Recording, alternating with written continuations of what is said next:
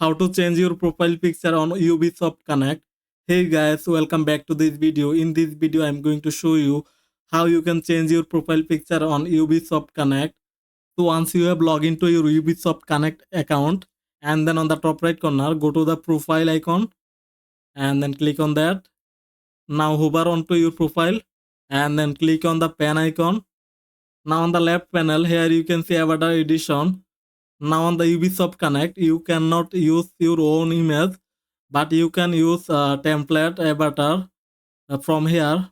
To change your avatar you can select from here, or you can click on that and then you can choose any of avatar from here and then click on save. So this is how you can change your profile picture on Ubisoft Connect. Hope that this video help you out. If this video help you, please hit the like button and subscribe this channel. Thanks for watching.